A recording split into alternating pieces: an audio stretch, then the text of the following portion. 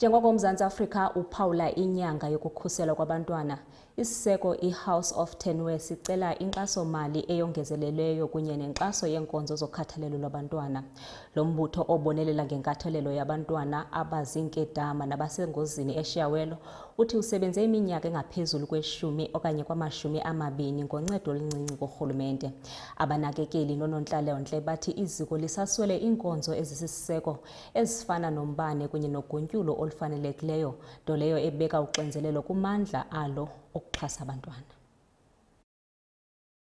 Bafuna uhulumeni angenelele ekulekeleleni izinhlangano ezingenzi inzuzo ezivikela izingane emphakathini.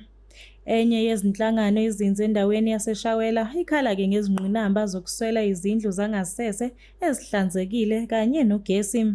So lama-toilet lawa sinenkinga, asitholi i-service. Niyabona ukuthi baningi kanjani abantu bayangena since councillor weza basifakela lama-toilet, asikazi sithole ukusiklinela ama-toilet. Yabona ipompi ingcono sesiyidonsile ngithi. Enye into nayo siyahlupheka, masimele ukuthi baprint izinto, bamele bathwalane nama-laptop, ama-computer, baya e-ofisini e-main house bayoyenza, bayoprinta khona. So sizamile ukuhamba, sifuna ukuthi basifakele imitha.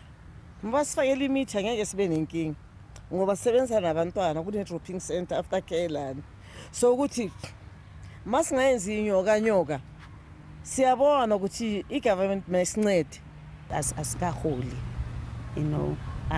siyavuka ekuseni, sinama-caregivers avukayo, bayageza, faneke badle, faneke banama-responsibilities. Kunabantu ababheke kubo from emakhaya, so abatholi any stipend.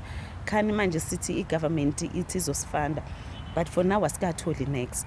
And enye into futhi, even nama-toilets ethu asikwazi ukuthi singene kulama-toilet awaseviswa. Kusenjalo, abezenhlalakahle abasebenza kulesi sikhungo banxuse uxhaso njengoba bengaholi. Kubuhlungu kakhulu because of yonke into esiyenzayo kumele siprioritize umntwana. So nakithi futhi kuba like a difficult, kuba i-challenge kithi ukuthi sibeke ama-needs wabantwana phambili ekubeni nathi we are struggling somewhere.